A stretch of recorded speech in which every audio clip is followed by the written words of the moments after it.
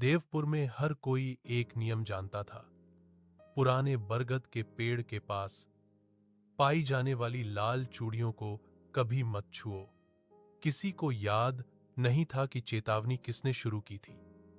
यह बस वहां थी, पेड़ की तरह ही मुड़ी हुई, प्राचीन और हमेशा अपनी छाया के नीचे ठंडी।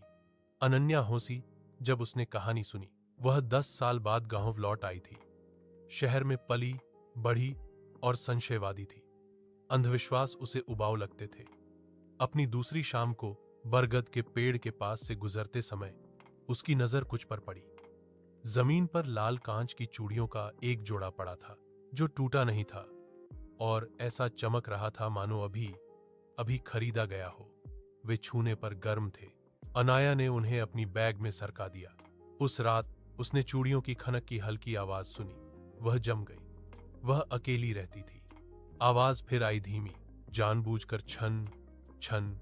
अपने कमरे के कोने से उसने बत्ती जलाई।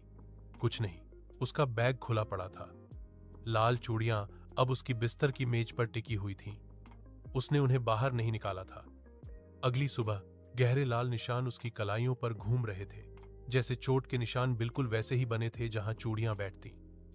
शायद तनाव, उसने बुदबुदाई। लेकिन ग्रामीणों ने देखा। एक बूढ़ी औरत ने हाँफते हुए कहा, जब उसने अनाया को चूड़ियां पहने देखा, तुम्हें वो नहीं लेनी चाहिए थी। उसने फुसफुसाया। वे कामली की थी। कामली दशकों पहले एक युवा दुल्हन थी। अपनी शादी की रात उसके पति ने उस पर विश्वासघात का आरोप लगाया और बरगद के पेड़ के नीचे उसका गला घोंट दिया। उसकी लाल चूड़ियां जड़ों पर टकराकर टूट गईं, क्योंकि वह अपनी कलाइयों पर पंजे मारते हुए मर गई। उसका शरीर मिला था, उसकी चूड़ियां नहीं मिली थीं। उस रात अनाया ने चूड़ियां फेंकने की कोशिश की। वे नहीं उतरे। उसने अपनी कलाइयों को तब तक घुमाया जब तक उसकी त्वचा जल नहीं गई। चूड़ियां कस गईं, धंस गईं। उसके हाथों से खून रिस रहा था। और फिर एक और आवाज, सांस लेना। उसकी नहीं।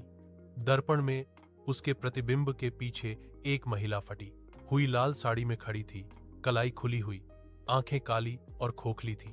धीरे धीरे उसने अपने हाथ उठाए। अदृश्य चूड़ियां खनकती थीं क्योंकि वह हिलती थी। उन्हें वापस दे दो, महिला फुसफुसाई। अनाया चिल्लाई।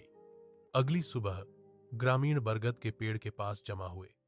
अनाया का शरीर एक निचली शाखा से लटका हुआ था। कलाई असामान्य रूप से मुड़ी हुई थी।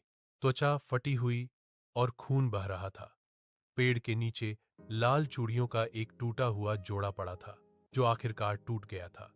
बूढ़ी औरत ने अपना सिर हिलाया। कमली को उसकी चूड़ियां वापस मिल गईं।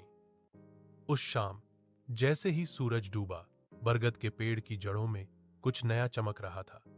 लाल चूड़ियों का एक नया जोड़ा, अक्षत।